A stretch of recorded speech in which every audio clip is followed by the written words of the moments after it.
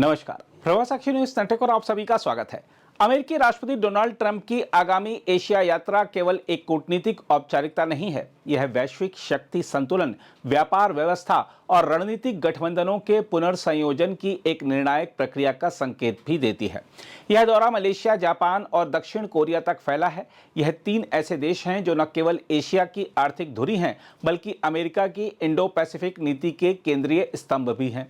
हम आपको बता दें कि ट्रंप का पहला पड़ाव मलेशिया होगा, जहां वह आसियान शिखर सम्मेलन में शामिल होंगे। 2017 के बाद यह उनका पहला प्रत्यक्ष सहभाग होगा, जब उन्होंने कई वर्षों तक इस मंच से दूरी बनाए रखी थी। इस बार वह न केवल व्यापारिक वार्ताओं में भाग लेंगे, बल्कि दक्षिण पूर्व एशिया की नाजुक शांति प्रक्रिया में भी भूमिका निभाएंगे, विशेषकर थाईलैंड और कंबोडिया के बीच सीमा विवाद के समाधान में। यह संकेत है कि अमेरिका पुनः इस क्षेत्र में सुरक्षा साझेदार के रूप में अपनी भूमिका को पुनर्स्थापित करना चाहता है। चीन के बढ़ते प्रभाव, विशेषकर दक्षिण चीन सागर में, इसने वॉशिंगटन को यह महसूस कराया है कि यदि वह एशिया में प्रभाव बनाए रखना चाहता है तो उसे केवल आर्थिक हित नहीं, बल्कि कूटनीतिक और सुरक्षा स्तर पर भी सक्रिय होना पड़ेगा। मलेशिया के साथ ट्रंप की द्विपक्षीय वार्ता का केंद्र सेमीकंडक्टर व्यापार, एआई और डिजिटल ऊर्जा सहयोग है। यह इस बात का प्रमाण है कि अमेरिका अब नव औद्योगिक तकनीक को अपने रणनीतिक प्रभाव का नया माध्यम बनाना चाहता है।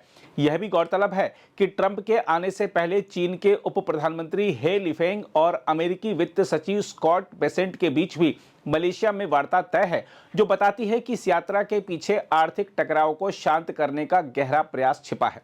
ट्रंप का दूसरा पड़ाव टोक्यो है, जहां ट्रंप जापान की पहली महिला प्रधानमंत्री साने ताकाइची से मिलेंगे। हम आपको बता दें कि अमेरिका जापान संबंध परंपरागत रूप से स्थिर माने जाते हैं, पर हाल के वर्षों में टैरिफ संतुलन और ऊर्जा नीति को लेकर मतभेद बढ़े हैं। ट्रंप प्रशासन जापान से 550 अरब डॉलर के निवेश की अपेक्षा कर रहा है, जिसे जापान अवास्तविक बता चुका है। वहीं जापान के लिए चुनौती यह है कि अमेरिका ने अब भी ऑटोमोबाइल और इस्पात जैसे प्रमुख क्षेत्रों पर ऊंचे आयात शुल्क लगाए हुए हैं। इसके साथ ही अमेरिका ने जापान पर रूस से तरलीकृत प्राकृतिक गैस यानी एलएनजी खरीद घटाने का भी दबाव डाला हुआ है। यहाँ ट्रंप की रणनीति दोहरी है। एक और वह जापान से अमेरिकी अर्थव्यवस्था में बड़े निवेश की अपेक्षा रखते हैं, दूसरी ओर वह यह सुनिश्चित करना चाहते हैं कि जापान की ऊर्जा निर्भरता रूस पर ना रहे।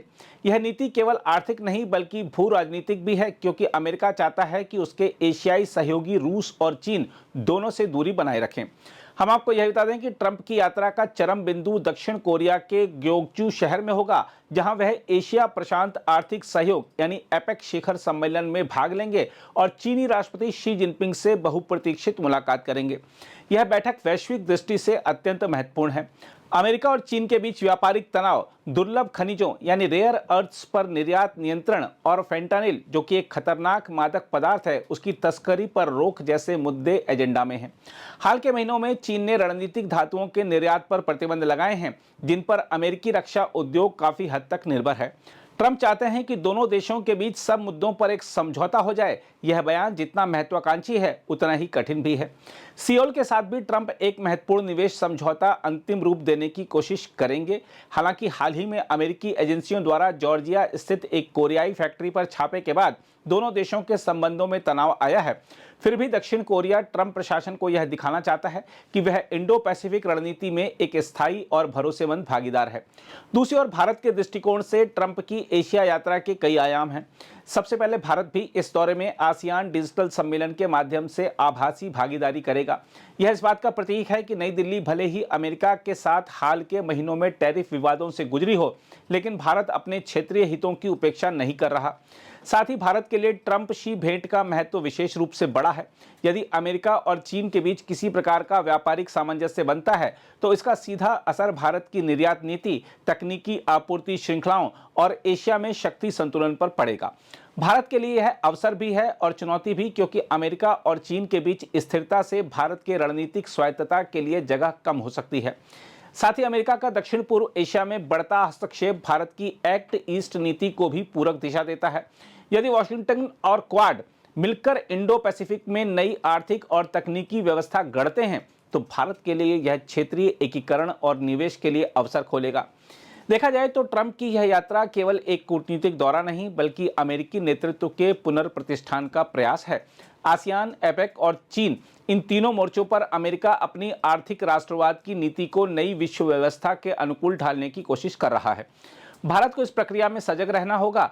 जहां एक और ट्रंप की व्यापारिक आक्रामकता भारत के निर्यात को प्रभावित कर सकती है, वहीं दूसरी ओर यह भारत के लिए एक अवसर भी है एशिया में संतुलनकारी शक्ति के रूप में उभरने का। बहरहाल, ट्रंप की एशिया यात्रा वैश्विक राजनीति के लिए जितनी निर्णायक है, भारत के लिए उतनी ही सामरिक दृष्टि से महत्वपूर्ण है। यह केवल अमेरिका चीन समीकरण की कहानी नहीं है, बल्कि एशिया में नए युग के शक्ति संतुलन की भूमिका भी तय करेगी। अगर आप भी लेना चाहते हैं देश दुनिया की तमाम जानकारी तो आज ही सब्सक्राइब करें हमारे चैनल को। साथ ही नीचे दिए बेल आइकन को जरूर दबाएं ताकि हर अपडेट आप तक पहुंच सके।